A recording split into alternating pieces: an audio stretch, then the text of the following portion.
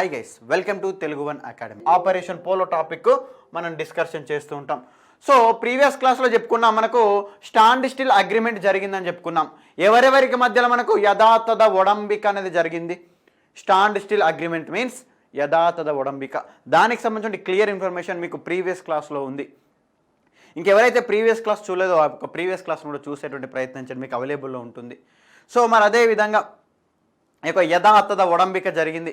మరి యథాతథ ఒడంబిక ప్రకారం ఏమేమి కండిషన్స్ ఉన్నాయి? ఇండియన్ కరెన్సీ ఎక్కడ సర్క్యులేషన్లోకి రావాలి? ఇన్ ద నిజాం కింగ్డమ్లోకి రావాలి. నిజాం రాజ్యంలోకి ఇండియన్ కరెన్సీ సర్క్యులేషన్లోకి రావాలి. అదేవిధంగా పొలిటికల్ ప్రిజనర్స్ను వెంటనే విడుదల చేయాలి. పొలిటికల్ ప్రిజనర్ అంటే రాజకీయ ఖైదీలను వెంటనే విడుదల చేయాలి. మరి అదేవిధంగా భారతదేశానికి ఏ రాజ్యం అనుబంధ రాజ్యంగా ఉండాలి?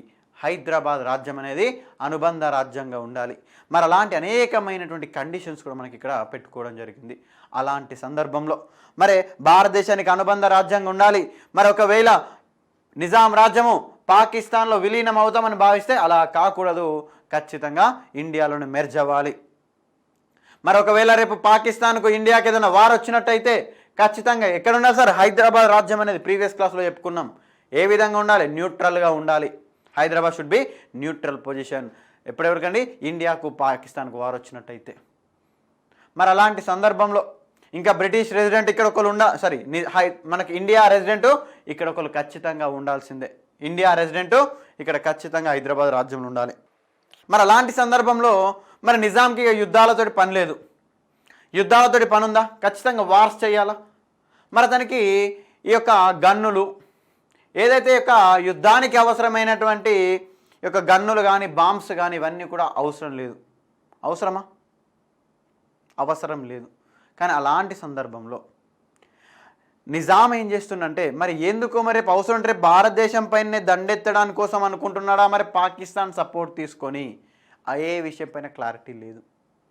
మరి రేపు పాకిస్తాన్ సపోర్ట్ని తీసుకొని భారతదేశం పైన దండెత్తాం అనుకుంటే అతని యొక్క ప్లానింగ్ ఏముందో తెలియదు. కానీ మరి ముందు జాగ్రత్తగానే Nizam collecting the Sydney cordon అనే ఒక వ్యక్తిని తీసుకొని అనేకమైనటువంటి ఆర్మ్స్ను మనకు ఇంపోర్ట్ చేసుకుంటున్నాడు నిజాం రాజ్యంలోకి. ఎక్కడి నుంచి? బీదర్ ఎయిర్పోర్ట్ నుంచి అన్ని కూడా ఆయుధ సంపత్తిని పెంచుకునేటువంటి ప్రయత్నం చేస్తుండు. మరి నిజాం రాజ్యానికి అవసరం లేదు కదా.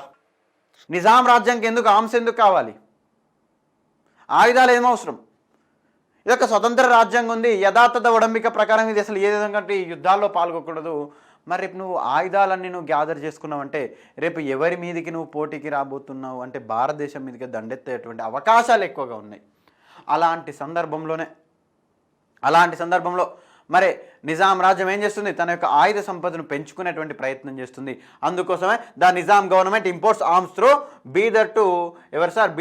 బీదర్ నుంచి సిడ్నీ కార్డన్ ఒక వ్యక్తి నుంచి మనకు అన్ని కూడా ఇంపోర్ట్ చేసుకుంటున్నటువంటి పరిస్థితి.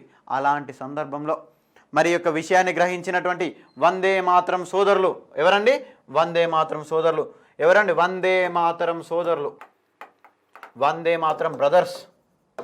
ఇప్పుడు మనం బ్రోస్ అని పిలుచుకుంటున్నాం కదా, ఆ వందే మాతరం బ్రదర్స్ ఎవరెవరు సార్ అంటే వందే మాతరం రామచంద్రరావు, వీరభద్రారావు. వందే మాతరం రామచంద్రరావు, వీరభద్రారావు సోదరులు ఏం చేసిరు సార్ అంటే మరి ఒక వందే మాతరం బ్రదర్స్ అంటుంటాం మనం. వీళ్ళు ఏం చేసిరు సార్ అంటే మరి అప్పుడు మనకు స్టాండ్ స్టిల్ అగ్రిమెంట్ ద్వారా నిజాం రాజ్యంలోకి ఎవరు వస్తున్నారు? ఒక భారత ప్రభుత్వ ఏజెంట్ వస్తున్నాడు. మరి యొక్క భారత ప్రభుత్వ ఏజెంట్ ఎవరు సార్ అంటే ఇక్కడ మనకు మున్షి. ఎవరండి? మున్షి. భారత ప్రభుత్వ ఏజెంట్ ఎవరు? ఇక్కడ ఒక పాయింట్ రాసుకోండి. ఇంకొక పాయింట్ సార్, ఖచ్చితంగా ప్రతి ఒక్కరు కూడా ఒక రన్నింగ్ నోట్స్ మెయింటైన్ చేసుకునే ప్రయత్నం చేయండి. మీ దగ్గర అనేకమైన బుక్స్ ఉండవచ్చు తెలంగాణ మూమెంట్కి సంబంధించి, కానీ ఆ యొక్క బుక్స్ అనేవి కొంచెం క్లమ్జీగా ఉంటాయి. మీకు అర్థమైందంటే బుక్స్ చదువుకోండి, ఏమైనా పాయింట్స్ ఎక్స్ట్రా ఉంటే ఇక్కడ యాడ్ చేసుకోండి. కానీ లేదు సార్ మాకు కొంచెం ఒక ఆర్డర్ వైజ్గా సీక్వెన్స్గా కావాలి అని అనుకుంటే ఖచ్చితంగా ప్రతి ఒక్కరు రన్నింగ్ నోట్స్ రాసుకోవాలి. ఖచ్చితంగా ప్రతి ఒక్కరు రాసుకోవాలి. మీకు చాలా వరకు హెల్ప్ అవుతుంది. చాలామంది అభ్యర్థులు నాకు స్టూడెంట్స్ కూడా చాలామంది రన్నింగ్ నోట్స్ రాసుకుంటూ ఉంటారు. ఏదైనా సరే రన్నింగ్ నోట్స్ అయినా సరే షార్ట్ నోట్స్ అయినా సరే ఖచ్చితంగా మీరు మెయింటైన్ చేయాల్సిందే. సో మరి మనకి ఇక్కడ భారత ప్రభుత్వ ఏజెంట్ ఎవరు నిజాం రాజ్యంలో అంటే మున్షి. మరి మున్షి ఒక పుస్తకాన్ని కూడా రాసిండు. ఆ యొక్క బుక్ కూడా ఇంపార్టెంట్, ది ఎండ్ ఆన్ ఎరా అనే ఒక బుక్ కూడా రాశాడు. ఎవరు రాశారు? మున్షి. మరి who is Munshi? Indian resident, భారత ప్రభుత్వ ఏజెంట్. ఎక్కడ? హైదరాబాద్లో భారత ప్రభుత్వ ఏజెంట్ మున్షి. మరి యొక్క మున్షికి ఎవరు చెప్పారు? వందే మాతరం సోదరులు చెప్పారు. ఏమని? అయ్యా మరి మున్షి గారు, మరి ఆ పెద్ద మనిషి సిడ్నీ కాటన్ సోపతి పట్టుకొని నిజాము, మరి కాసిం రజ్వీ నిజాం వీళ్ళందరూ కలిసి అనేకమైనటువంటి ఆర్మ్స్ ఇంపోర్ట్ చేసుకుంటారు, అనేకమైనటువంటి ఆయుధాలన్నింటినీ దిగుమతి చేసుకుంటున్నారు. మరి ఇది ఎందుకోసం దారి తీస్తుందో తెలియదు అనగానే మరి మున్షి వేయండు. మరి మున్షి బాధ్యత ఏంది? ఈడ జరిగే ముచ్చట్లన్నీ ఎడ చెప్పాలి? మరి భారత ప్రభుత్వ ఏజెంట్ అంటే మనకు ఎంబసీ అంటుంటాం, అంతే కదా. ఒకవేళ ఆ దేశంలో మనోళ్ళకి ఏమైనా ఇబ్బంది అయితే, అదేవిధంగా మన దేశానికి వ్యతిరేకంగా ఏమన్నా కార్యకలాపాలు చేస్తుందో తెలుసుకోవడం కోసం మనకు అక్కడ పెడుతుంటారు, మన ప్రజలకు ఆ దేశంలో ఇబ్బంది కలిగిన. అదేవిధంగా అక్కడేమన్నా మన దేశానికి అగ్నిస్ట్గా ఉన్న విషయాలు జరుగుతాయి, మనకు అవన్నీ తెలుసుకోవడానికి మనకి ఎంబసీలు ఉంటాయి. సో అప్పుడు మనకు ఇండియన్ యొక్క రెసిడెంట్ ఇక్కడ ఉంటాడు. మరి అలాంటి సందర్భంలో మరి మున్షి పోయి గవర్నమెంట్ ఆఫ్ ఇండియాకి చెప్పిండు, అయ్యా గవర్నమెంట్ ఆఫ్ ఇండియా, భారత ప్రభుత్వమా, మరి మనం ఇక్కడ అనుకుంటున్నాం అనేకమైన ఆర్మ్స్ను ఇంపోర్ట్ చేసుకుంటున్నాడు. ఎవరు? నిజాం ఇంపోర్ట్ చేసుకున్నాడు with the help of Sydney cotton. ఎవరి యొక్క సహాయంతో? సిడ్నీ కాటన్ యొక్క సహాయంతో నిజాం మరి ఆయుధ సంపత్తిని పెంచుకుంటున్నాడు. మరి ఏం చేద్దామంటే మరి భారత ప్రభుత్వం కూడా ఆలోచించింది, ఏంది భారతదేశానికి మధ్యలో ఒక చుక్కలెక్కున్నది ఈ యొక్క నిజాం రాజ్యం, మరి యథాతథ ఒడంబిక పెట్టుకున్నాం, అయినా కూడా మరి దీనికి ఏం అవసరం? ఆర్మ్స్ని ఇంపోర్ట్ చేసుకోవడం, ఆయుధాలను ఇంపోర్ట్ చేసుకునేటువంటి అవసరం ఏమొచ్చింది అని వాళ్ళు కూడా భావిస్తున్నారు.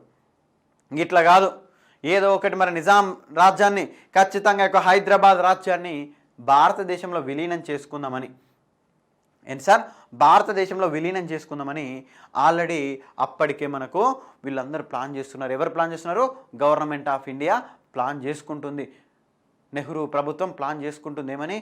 ఇక హైదరాబాద్ రాజ్యం ఎట్లయినా సరే ఇండియాలో విలీనం చేసుకోవాలి. మీకు ఇక్కడ కనిపిస్తున్న చూడండి క్లియర్గా, ఇదంతా హైదరాబాద్ రాజ్యం. సరే హైదరాబాద్ రాజ్యం అంటే మీకు ఇక్కడ క్లియర్గా ఇమేజ్లో చూపిస్తున్నాను చూడండి, మీకు ఇంకో కలర్ తోటి కూడా మీకు ఇమేజ్లో మీకు క్లియర్గా కనిపిస్తూ ఉంటుంది. సో ఒక ఎల్లో కలర్ షేడ్ ఉంది చూడండి కంప్లీట్గా, ఈ యొక్క ఎల్లో కలర్ షేడ్ మీకు రెడ్ తోటి మీకు బార్డర్స్ కూడా ఇస్తున్నాను, రెడ్ తోటి బార్డర్స్ కూడా ఇస్తున్నాను. ఈ యొక్క ఎల్లో కలర్ షేడ్ మొత్తము ఇదంతా కూడా మనకు నిజాం రాజ్యము. మరి నిజాం రాజ్యము అంటే not only Telangana in part. మరి హైదరాబాద్ స్టేట్ అంటే, హైదరాబాద్ ప్రిన్సిపల్ స్టేట్ అంటే not only Telangana area, it is the combination of 3 areas. ఏంటి సార్ మరి 3 ప్రాంతాలు ఏంటి అంటే, మరి మరట్వాడ ఏరియా, ఇక్కడ ఉన్నటువంటి ఇది మనకు మరట్వాడ ఏరియా. ఏంటంటే ఇది మరట్వాడ. ఇంకొకటి ఈ యొక్క ఏరియా కర్ణాటక ఏరియా. ఈ యొక్క ఏరియా మనకు తెలంగాణ, ఏరియా. అంటే ఈ విధంగా మరి టోటల్ మరట్వాడనా ఐదర్ టోటల్ కర్ణాటక ఏరియా అంటే నాట్ ఓన్లీ సార్. ఇన్ మరట్వాడలోని కొన్ని ప్రాంతాలు, కర్ణాటకలోని కొన్ని ప్రాంతాలు, అవన్నీ మనం చెప్పుకుంటాం డిస్ట్రిక్ట్స్ విషయంలో. నిజాం రాజ్యంలో ఉండే డిస్ట్రిక్ట్స్ విషయంలో కూడా అప్కమింగ్ క్లాస్లో హైదరాబాద్ స్టేట్ గురించి చెప్పుకుంటాం. సో మరి ఈ యొక్క 3 ప్రాంతాలు నిజాం రాజ్యం అనగానే అర్థమవుతుంది కదా అందరికి క్లియర్గా? క్లాస్ ఏమన్నా స్పీడ్ అవుతుందా? సో ఈ యొక్క పాయింట్ మీరు అబ్జర్వ్ చేస్తే మరి ఈ యొక్క నిజాం రాజ్యము 3 ప్రాంతాలు ఏంటేంటి? మరట్వాడ, కర్ణాటక. మరి కంప్లీట్ మరట్వాడ, కంప్లీట్ కర్ణాటక అంటే కాదండి, కొంత పార్ట్ మరట్వాడ ఏరియాలోని సమ్ పార్ట్, అదేవిధంగా కర్ణాటక ఏరియాలోని కొంత పార్ట్ మనకి ఇక్కడ ఉన్నటువంటి పరిస్థితి. సో మరి కంప్లీట్ తెలంగాణ ఏరియా మనకు నిజాం రాజ్యంలో. మరో పక్క మరి ఎట్లయినా సరే ఈ చుట్టూ ఉన్నది ఎవరు సార్? ఈ చుట్టూ ఉన్నటువంటి ప్రాంతం ఏంటి? ఇది ఇండియానే, ఇదంతా ఇండియానే, అవునా కాదా? నిజాం రాజ్యానికి చుట్టూ ఉన్నటువంటి ప్రాంతం మొత్తం కూడా ఇండియానే. మరి ఎట్లయినా సరే దీన్ని మరి ఇతను ఆర్మ్స్ను మనం ఇంపోర్ట్ చేసుకుంటున్నాడంటే రేపు భారతదేశం పైన యుద్ధానికి వచ్చేటువంటి అవకాశాలు ఎక్కువనని దే అబ్జర్వ్డ్. మరి ఎట్లయినా చేసి they are planning to operation Polo. మనం చెప్పుకుంటాం ఆపరేషన్ పోలో, దాని టైటిల్ ఏంటి, ఏం పరిస్థితి అని.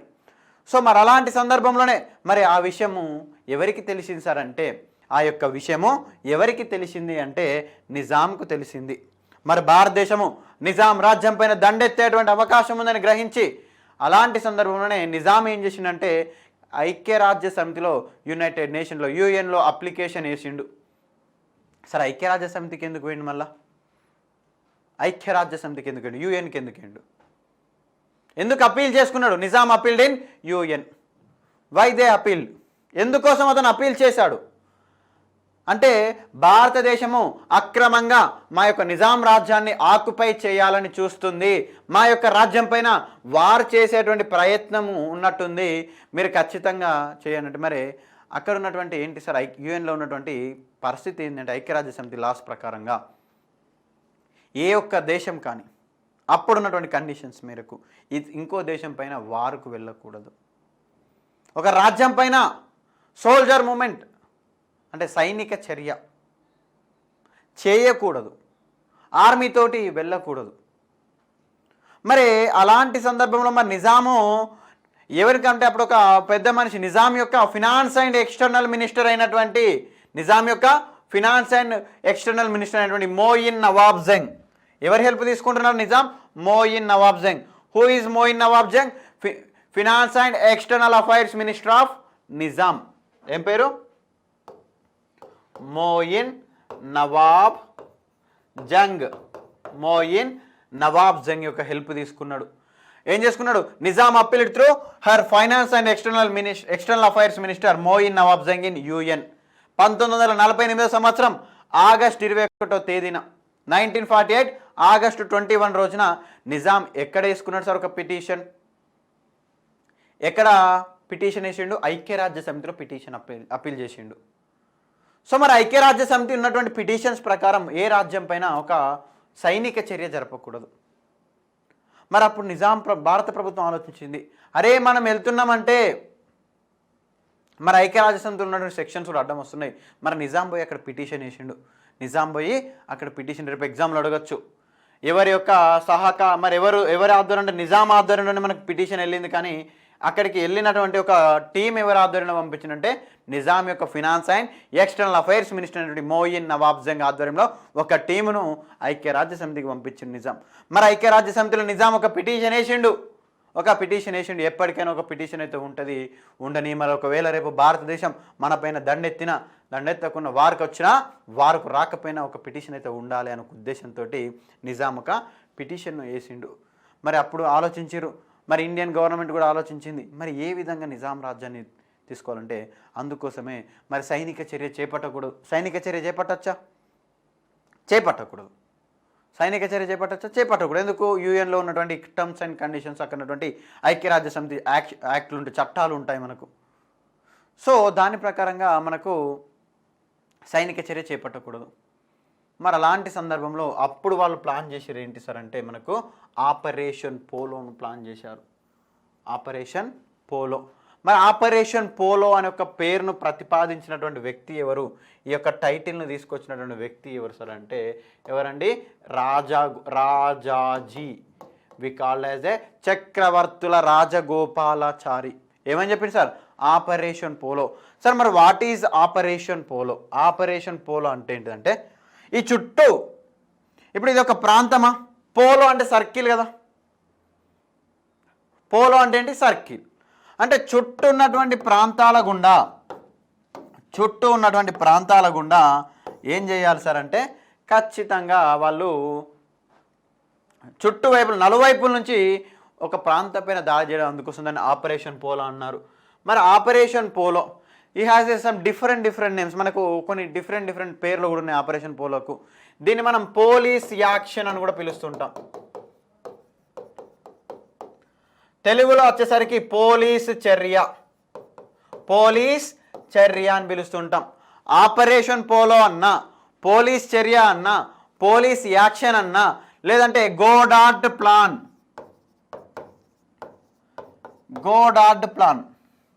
అన్నా కూడా ఒక్కటే. సరే ఇన్ని పేర్లు ఉన్నాయి. ఏంటంటే ఆపరేషన్ పోలో అంటే సరౌండింగ్ ఏరియాస్ నుంచి మనకు రావడం అని చెప్పాం, చుట్టుముట్టి ప్రాంతాల నుంచి దాడి చేయడం. మరి పోలీస్ యాక్షన్ ఎందుకు పేరు పెట్టారు? దీనికి పోలీస్ యాక్షన్ ఎందుకు పెట్టారు అంటే పోలీస్ చర్య అని ఎందుకు పెట్టారు? మరి పోలీస్ చర్య అని ఒక పేరు పెట్టడానికి గల ప్రధానమైనటువంటి కారణం ఏంటంటే హైదరాబాద్ రాజ్యం పైన ఏ చర్య చేయకూడదు. నార్మల్గా మనకు ఐక్యరాజ్య సమితిలో ఉన్నటువంటి రూల్స్ ప్రకారంగా అంటే హైదరాబాద్ రాజ్యాంగం ఇక్కడ సైనిక చర్య చేయకూడదు. వచ్చింది సైనికులే, వచ్చింది సోల్జర్సే, ఇండియన్ ఆర్మీయే, వచ్చేది ఇండియన్ ఆర్మీయే. కానీ పేరుకు మాత్రం మనకు అక్కడ సైనిక చర్య అని ఒక పేరు ఉండద్దు. ఏమన్నా సార్, సైనిక చర్య అని ఒక పేరు ఉండదు. మరి లా అండ్ ఆర్డర్ ఇష్యూ వస్తే మనం పోలీస్ యాక్షన్ తీసుకుంటాం. శాంతి భద్రతల సమస్య వచ్చినప్పుడు మాత్రమే మనం పోలీస్ చర్యను జరుపుతూ ఉంటాం. అవునా కాదా? ఆర్మీ ఎప్పుడు వస్తుంది? ఏదైనా యుద్ధాలు జరుగుతున్నప్పుడు మనకు ఆర్మీ మేజర్గా దిగుతుంటుంది. ఇరు దేశాల మధ్యలో ఇబ్బంది అయితే ఆర్మీ దిగుతుంది. కానీ వితిన్ ద స్టేట్ లోపల, వితిన్ ద రాజ్యం లోపల ఏదైనా లా అండ్ ఆర్డర్ ఇష్యూ వస్తే పోలీసులు చూసుకుంటారు. మరి అప్పుడు మనకు ఇక్కడ వచ్చేది సైనికులు అయినప్పుడు కూడా పేరు మాత్రం రేపు అవసరం ఐక్యరాజ్య సమితి యుఎన్ అడిగినా కూడా వీళ్ళు ఏమని చెప్తారు, లేదు మేము సైనిక చర్య చేయలేదు, మేము ఒక పోలీస్ యాక్షన్ తీసుకున్నాం, why you are conducted police action అని ఒకవేళ ఐక్యరాజ్య సమితి అడిగినా కూడా ఎందుకు చెప్తారు, with the law and order issue, శాంతి భద్రతల సమస్య వల్ల చేసినామని చెప్పుకోవడం కోసం they are named as a police action. So మనకు ఆల్రెడీ తెలుసు కదా ఆపరేషన్ పోలో టైటిల్ ఎందుకు వచ్చింది, ఇక్కడ పోలీస్ యాక్షన్ ఒక టైటిల్ ఎందుకు వచ్చింది చెప్పుకున్నాం. మరి what is the Goddard plan? మరి గోడార్డ్ ప్లాన్ ఎందుకు అన్నారు అంటే మీకు అర్థమవుతుంది, ఈ యొక్క ఆపరేషన్ పోలోను డిజైన్ చేసినటువంటి వ్యక్తి ఎరిక్ గోడార్ట్. ఎవరండి? ఎరిక్ గోడార్ట్ మనకి ఒక ఆపరేషన్ పోలోను డిజైన్ చేశాడు. సో ఆయన పేరు మీదకి మనకు గోడార్డ్ ప్లాన్ అని కూడా మనం అంటుంటాం. సో ఇప్పుడు అందరికీ క్లియర్గా అర్థమైంది కదా, అందరికీ ఇక్కడ వరకు క్లియరా? సో మరి మనకు ప్రీవియస్ ఎగ్జామ్స్లో అడిగినటువంటి క్వశ్చన్స్ కూడా మనం బేస్ చేసుకున్నట్టయితే వాళ్ళు ఖచ్చితంగా ఆపరేషన్ పోలో జరిగినప్పుడు ఇండియన్ గవర్నమెంట్లో ఎవరు ఉన్నారు, అదేవిధంగా ఆర్మీ ఆఫీసర్స్ ఎవరు, అదేవిధంగా నిజాం గవర్నమెంట్లో ఎవరెవరు ఉన్నారని నంబర్ ఆఫ్ క్వశ్చన్స్ ఎక్కువ అడుగుతున్నారు. సో ఆపరేషన్ పోలో జరిగినప్పుడు భారత గవర్నర్ జనరల్ ఎవరండి? భారత గవర్నర్ జనరల్ ఎవరంటే చక్రవర్తుల రాజగోపాలాచారి. ఎవరండి? ఇండియన్ గవర్నర్ జనరల్గా ఉన్నటువంటి వ్యక్తి ఎవరండి? రాజగోపాలాచారి. రాజగోపాలాచారి. మరి అదేవిధంగా ఆపరేషన్ పోలో జరుగుతున్నప్పుడు Indian prime minister, Indian during operation polo Indian prime minister ఎవరండి? జవహర్లాల్ నెహ్రూ. జవహర్లాల్ నెహ్రూ. మరి అదేవిధంగా ఆపరేషన్, ఇవన్నీ పాయింట్స్ నోట్ చేసుకోండి ఖచ్చితంగా. Everyone should noted this point same compulsory, ఎందుకంటే మనకు చాలా ఇంపార్టెంట్. ప్రీవియస్ ఎగ్జామ్లో అడిగాడు, ఏ విధంగా అడుగుతాడనే ఒక అంశాన్ని కూడా మనకు ఒక క్వశ్చన్ ఇస్తాను మీకు, అక్కడ మీకు క్లియర్గా అర్థమైపోతుంది. సో ప్రైమ్ మినిస్టర్ ఎవరు? నెహ్రూ.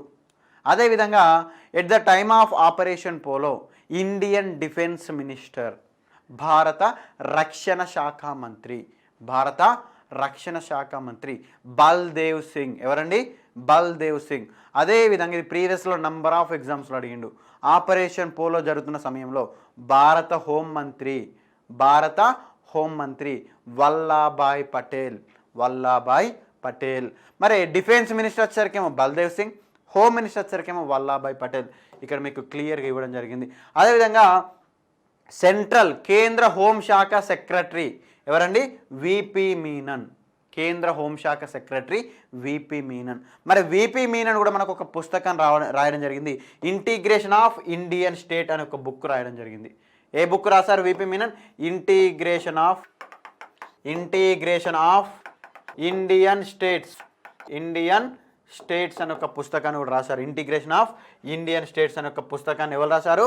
మనకు విపి మీనన్ గారు రాశారు. మరి విపి మీనన్ యొక్క పోస్ట్ ఏంటి? అతని యొక్క క్యాడర్ ఏంటి? విపి మీనన్ యొక్క హోమ్ సెంట్రల్ కేంద్ర హోంశాఖ secretary. At the during of operation polo జరుగుతున్న సమయంలో భారత ప్రభుత్వ ఏజెంట్ ఎవరు నిజాం రాజ్యంలో అంటే మున్షి. ఎవరండి? కేఎం మున్షి భారత ప్రభుత్వ ఏజెంట్. మరి కేఎం మున్షి రాసిన బుక్ ఏంటి? ఎండ్ ఆన్ ఎరా అనే ఒక పుస్తకం ఆల్రెడీ మనం చెప్పుకోవడం జరిగింది. మరి అదేవిధంగా వీళ్ళు కేంద్ర ప్రభుత్వానికి సంబంధించిన వాళ్ళు, వీళ్ళందరూ కూడా కేంద్ర ప్రభుత్వానికి సంబంధించిన వాళ్ళు. మరి at the during of operation polo జరుగుతున్నటువంటి సమయంలో, at the time of operation polo సమయంలో భారత ఇండియన్ కమాండర్ ఇన్ చీఫ్ భారత సైన్యాధిపతి ఎవరు సార్ అంటే రాయ్ బుచర్. ఎవరండి? భారత సైన్యాధిపతి ఎవరండి? రాయ్ బుచర్ గారు. అదేవిధంగా ఆపరేషన్ పోలో డిజైనర్, ఆపరేషన్ పోలోను డిజైన్ చేసినటువంటి, ఆపరేషన్ పోలోను ప్లాన్ చేసినటువంటి వ్యక్తి ఇందాక చెప్పుకున్నాం మనం. ఆపరేషన్ పోలోను ఏమని పిలుస్తామండి? గోడార్ట్ ప్లాన్ అని పిలుస్తుంటాం. సో ఇక్కడ ఆపరేషన్ పోలోను డిజైన్ చేసినటువంటి వ్యక్తి ఎవరు? ప్లాన్ చేసినటువంటి వ్యక్తి ఎరిక్ గోడార్ట్. ఏం పేరండి? గోడార్ట్. అందుకోసం మనం గోడార్ట్ ప్లాన్ ఉంటాం. ఏమంటే ఎరిక్ గోడార్ట్. ఎరిక్ గోడార్ట్.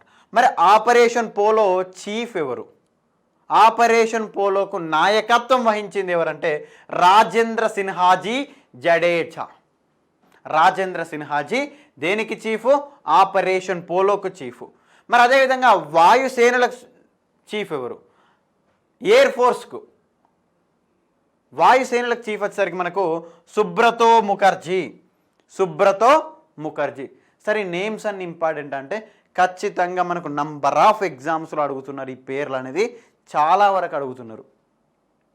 సో కంపల్సరీ మనం గుర్తుంచుకోవాలి. We should compulsory know about it. ఈ కంప్లీట్ పేర్లని తెలియాలి.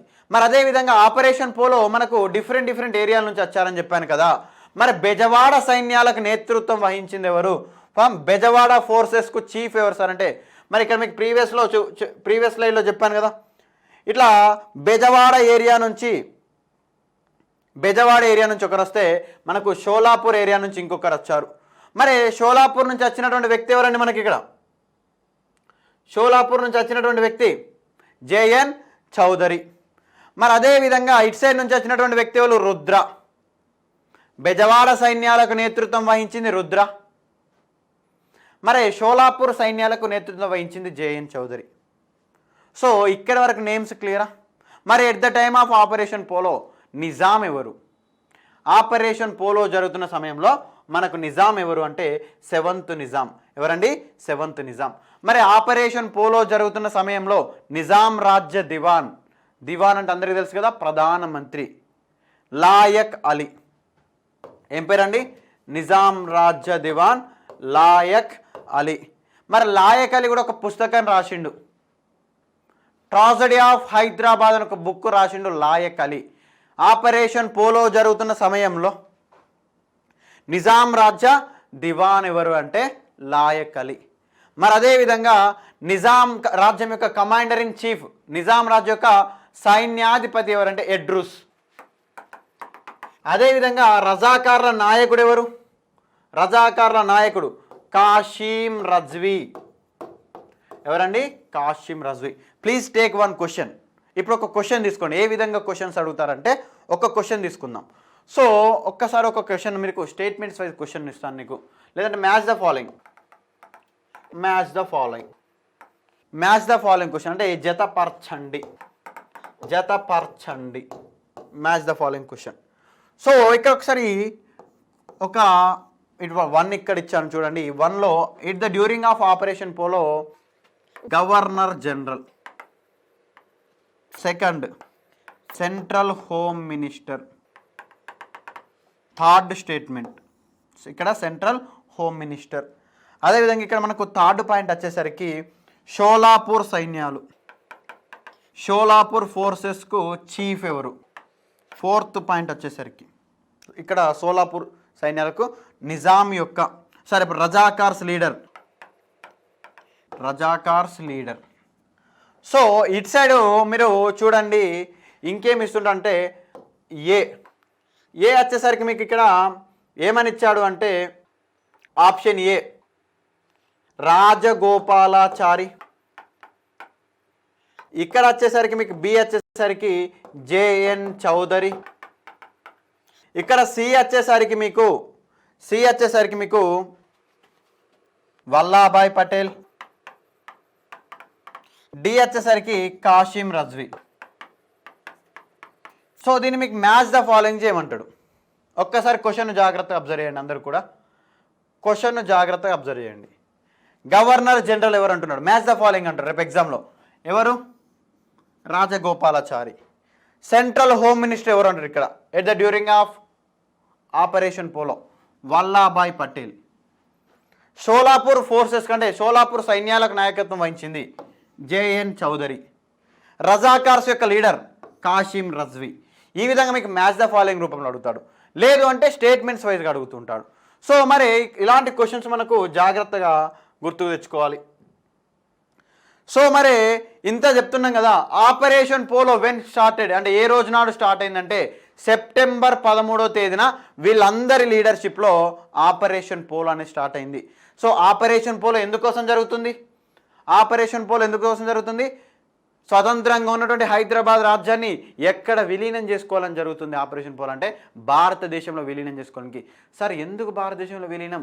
మరి హైదరాబాద్ రాజ్యం అనేది భారతదేశంలో లేదా అంటే ఉందా? భారతదేశంలో లేదు, ఒక స్వతంత్ర రాజ్యంగా ఉంది.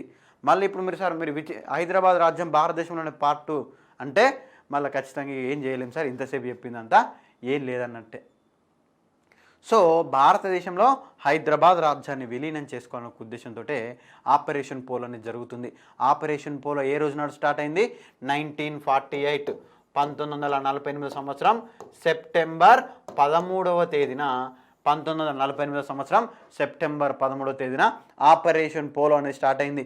మరి ఆపరేషన్ పోలో అంటే మీనింగ్ అందరికీ తెలుసు కదా. మరి ఇట్లా చుట్టూ హైదరాబాద్ రాజ్యానికి చుట్టూ ఉన్నటువంటి అన్ని ప్రాంతాల నుంచి వస్తున్నారు, ఒక్కొక్క ఫోర్సెస్ ఒక్కొక్కటి వస్తున్నారు. షోలాపూర్ నుంచి ఎవరు వస్తున్నారు? జై.ఎన్. చౌదరి. అటు సైడ్ నుంచి రుద్ర, ఇట్లా అనేక మంది కూడా మనకు వస్తున్నటువంటి పరిస్థితి. అలాంటి సమయంలో ఫస్ట్ టైం మొట్టమొదటిసారిగా నిజాం రాజ్యంలోకి భారతదేశ సైన్యాలు Indian army entered in the Nizam Kingdom. First A place అంటే మహారాష్ట్ర ప్రాంతంలోని మరాఠ్వాడా ప్రాంతంలోని మరాఠ్వాడా ప్రాంతంలోని నల్దుర్గ్ అనొక ప్రాంతంలో, ఏ ప్రాంతంలో? నల్దుర్గ్ అనొక విలేజ్లోకి ఫస్ట్ ఎంటర్ అయ్యాయి. అంటే భారత సైన్యాలు మొట్టమొదటిసారిగా నిజాం రాజ్యంలోకి ఎక్కడ ఎంటర్ అయ్యాయి? మరాఠ్వాడా ప్రాంతంలోని నల్దుర్గ్ అనొక విలేజ్లోకి మనకు ఫస్ట్ టైం ఎంటర్ అయ్యాయి. First Indian army forces entered into in Maharashtra Naldurg అనొక ఏరియాలోకి ఎంటర్ అయినటువంటి పరిస్థితి. అంటే నిజాం రాజ్యాన్ని ఆక్యుపై చేసుకోవాలని ఒక్కొక్క విలేజ్ను ఒక్కొక్క ఏరియాను దాటుకుంటూ వస్తున్నాయి. అన్నిటికన్నా ఫస్ట్ రేపు ఎగ్జామ్లు అడుగుతారు, ఎందుకంటే ఫస్ట్ ఎంటర్ అయిన ప్లేస్ కాబట్టి నల్దుర్గ్ అనొక ప్లేస్లోకి మనకు ఎంటర్ అయ్యాయి. ఏ సైన్యాలు? నిజాం సైన్యాలు ఎంటర్ అయినాయా? ఏ సైన్యాలు ఎంటర్ అయినాయి? భారత ప్రభుత్వ సైన్యాలు ఇక్కడికి ఎంటర్ అయ్యాయి. ఏ ప్రాంతము? నల్దుర్గ్ అనొక ఏరియాలోకి. మరి అదేవిధంగా మరి అప్పటికి ఆపరేషన్ పోలో స్టార్ట్ అయ్యి పట్టుమంటే 4 రోజులు అవుతుంది అంతే. ఓన్లీ 4 days, 4 రోజుల్లోపనే భారత సైన్యాలు మొత్తం కూడా హైదరాబాద్ దగ్గరికి వచ్చేసాయి. అన్ని సైన్యాలు కూడా హైదరాబాద్ దగ్గరికి వచ్చాయి. 4 రోజులే. సెప్టెంబర్ 13th రోజు ఆపరేషన్ పోలో స్టార్ట్ అయిందా? సెప్టెంబర్ 13th రోజు ఆపరేషన్ పోలో స్టార్ట్ అయింది కదా.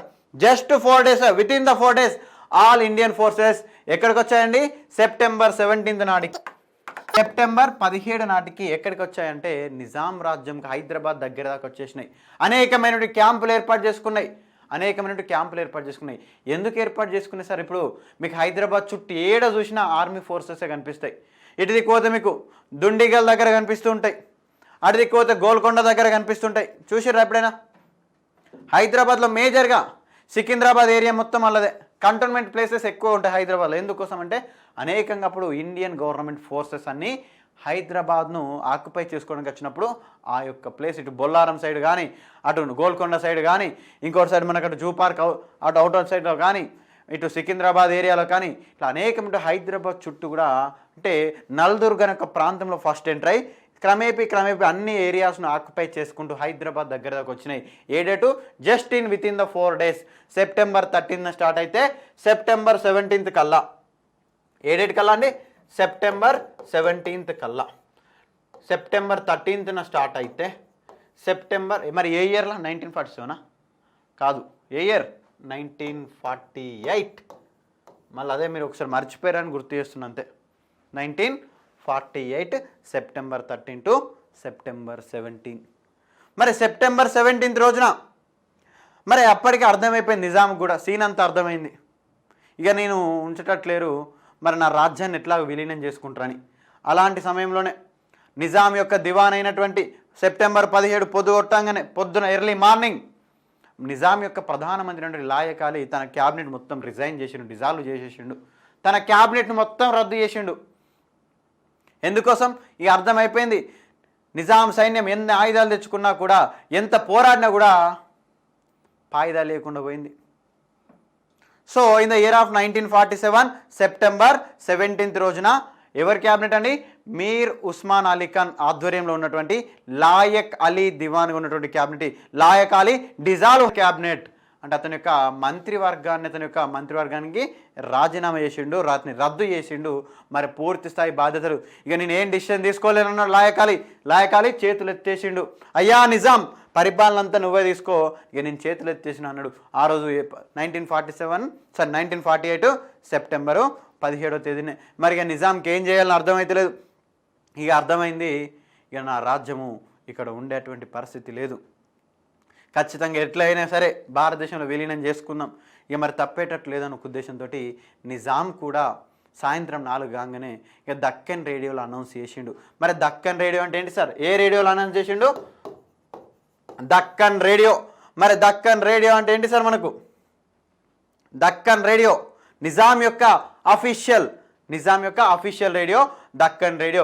It was established in the year of 1935లో స్థాపించబడిన దక్కన్ రేడియో నిజాం యొక్క అఫీషియల్ రేడియో.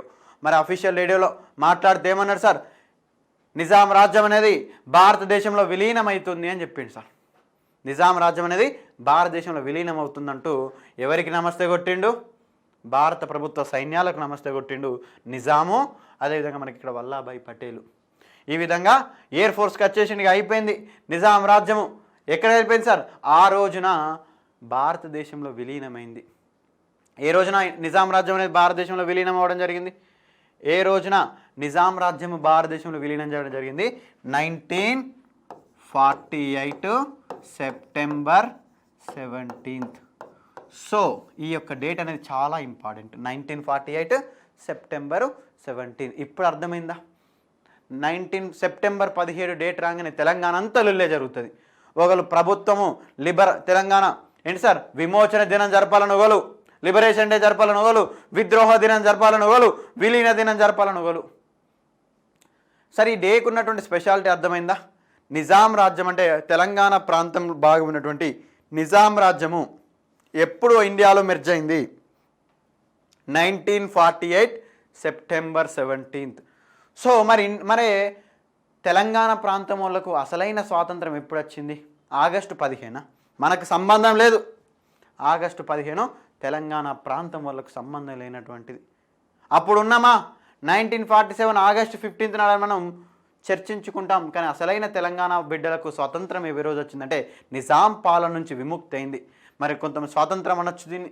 లేదు అంటే నిజాం రాజ్యము, మరి నిజాం ఒక్కడే అనేకమంటే మరి రజాకార్లు ఆగడాలంటే సార్ రజాకార్లు ఆగడాలన్నీ కూడా ఆగడాలే, కానీ నిజాం వరకు కూడా ఈ యొక్క విషయాలన్నీ కూడా మరి ఎంతవరకు ఉన్నాయో, మరి నిజాం మంచోడుగా నిజాం చుట్టూ ఉన్నటువంటి వ్యక్తులు మంచోళ్ళు కాకపోవచ్చు. ఏదైతేనండి నిజాం యొక్క మనకు తెలంగాణ ప్రాంత ప్రజలకు ఏం జరిగింది సార్? ఆ యొక్క విముక్తి జరిగింది. ఇక నుంచి రాజుల పరిపాలన పోయి ప్రజాస్వామ్య ప్రభుత్వమైనటువంటి భారత ప్రభుత్వంలో విలీనం అవ్వడం జరిగింది. సో ఆ డేట్నే మనం సెప్టెంబర్ 17వ డేట్నే అనేకమైనటువంటి ప్రాంతాలు తెలంగాణ ప్రాంతం డిమాండ్ ఏంటి సార్? విలీన దినంగా జరపాలని కొందరు లిబరేషన్ డే మనకు విద్రోహ దినంగా, విమోచన దినంగా జరపాలని కొంతమంది అనేకమైనటువంటి వస్తున్నాయి. ఈయన కూడా ఇప్పటికి కూడా జరపట్లేదు. మరి తెలంగాణ హైదరాబాద్ రాజ్యంలో భాగమైనటువంటి కర్ణాటక ప్రాంతాలని చెప్పినామా? కర్ణాటక ప్రాంతం అని చెప్పినాం కదా. మరి అదే కర్ణాటక ప్రాంతం వాళ్ళు ఇదే సెప్టెంబర్ 17 వాళ్ళే ఓన్లీ 3 డిస్ట్రిక్ట్సే పార్ట్ నిజాం రాజ్యంలో అయినా కూడా ఇప్పుడు ఆ 3 జిల్లాల వాళ్ళు కర్ణాటక ప్రాంతంలో ఉన్నారన్న ఉద్దేశంతో సెప్టెంబర్ 17ను ఆ ప్రభుత్వమే అధికారికంగా ఆ రోజు జెండా ఎగరవేసి హైదరాబాద్ కర్ణాటక పార్టీషన్ డే, హైదరాబాద్ కర్ణాటక విభజన దినంగా జరుపుకుంటున్నారు. హైదరాబాద్ అండ్ కర్ణాటక విభజన దినంగా సెప్టెంబర్ 17ను కేవలం 3 జిల్లాలే ఉన్నాయి నిజాం రాజ్యంలో. టోటల్ కర్ణాటక ఏరియా లేదు. అయినా కూడా ఆ 3 జిల్లాల ప్రజలకు స్వాతంత్రం వచ్చిన రోజని ఆ రోజు సెప్టెంబర్ 17 రోజున ఇప్పటి కూడా కర్ణాటకలో అధికారికంగా నిర్వహిస్తున్నారు. 5 జిల్లాల పార్ట్ అయినటువంటి మరట్వాడ ప్రాంతము మరట్వాడ ముక్తి దివాస్, మరట్వాడ సంగ్రామ్ ముక్తి దివాస్ అనే ఒక పేరుతోటి ప్రభుత్వం అధికారికంగా ఇక్కడ కార్యక్రమాలు నిర్వహిస్తుంది సెప్టెంబర్ 17. ఏంటి సార్? మరట్వాడ సంగ్రామ్ ముక్తి దివాస్. అనే ఒక పేరుతోటే ప్రభుత్వం అధికారికంగా నిర్వహిస్తుంది. కానీ కంప్లీట్ తెలంగాణ పార్ట్ అయినటువంటి ప్రాంతంలో ఇక్కడ మాత్రం నిర్వహించట్లేదు. మరి అనేకమంది రాజకీయ కారణాలు ఉంటాయి. సెప్టెంబర్ 17 వస్తే ఇప్పుడు ఉన్నటువంటి ప్రభుత్వాన్ని కూడా ప్రతి ఒక్క పొలిటీషియన్ కూడా ప్రతి ఒక్క వ్యక్తి కూడా డిమాండ్ చేస్తుంటారు. మరి అదే ఉద్యమం పార్టీలో ఉన్నప్పుడు సెప్టెంబర్ 17ను అఫీషియల్గా జరుపుతామని చెప్పినటువంటి వ్యక్తి ఇప్పుడు ముఖ్యమంత్రి ప్రభుత్వంలో ఉన్నప్పుడు కూడా జరపట్లేదు. సో అది అనేకమైన రాజకీయ కారణాలు ఉంటాయి. మనకు అవసరం లేదు. అది కూడా మనకు సబ్జెక్ట్ వరకే చర్చించుకోవాలి. మనం రాజకీయాల్లోకి వెళ్ళని అవసరం లేదు. సో సెప్టెంబర్ 17కు ఉన్నటువంటి ఇంపార్టెన్స్ ఏంటి? హైదరాబాద్ రాజ్యం అనేది భారతదేశంలో విలీనమైంది. సో ఇప్పుడు ఆలోచించండి, సెప్టెంబర్ 17కు ఉన్నటువంటి స్పెషాలిటీ అందరికీ తెలిసింది కదా. మీకు అప్కమింగ్ క్లాసెస్కి సంబంధించి అప్డేట్స్ రావాలంటే ఖచ్చితంగా ప్రతి ఒక్కరు కూడా తెలుగు వన్ అకాడమీని సబ్స్క్రైబ్ అవ్వాలి. ప్రతి ఒక్కరు కూడా తెలుగు వన్ అకాడమీ సబ్స్క్రైబ్ అయినట్టయితే ఆ యొక్క పక్కన ఉన్న బెల్ ఐకాన్ క్లిక్ చేసినట్టయితే పూర్తి స్థాయిలో రెగ్యులర్గా అన్ని రకాల క్లాసెస్ అంటే history, economy, geography, polity, current affairs, aptitude, reasoning ఇట్లా కంప్లీట్ సిలబస్ అన్ని ఏపీఎస్సి, టీఎస్పీఎస్సికి సంబంధించిన పూర్తి స్థాయి సిలబస్ అంతా కూడా మనకు ఇక్కడ అందుబాటులో ఉండడం జరుగుతుంది. సో ఖచ్చితంగా please do subscribe. Until then bye bye. Please stay safe. Thank you.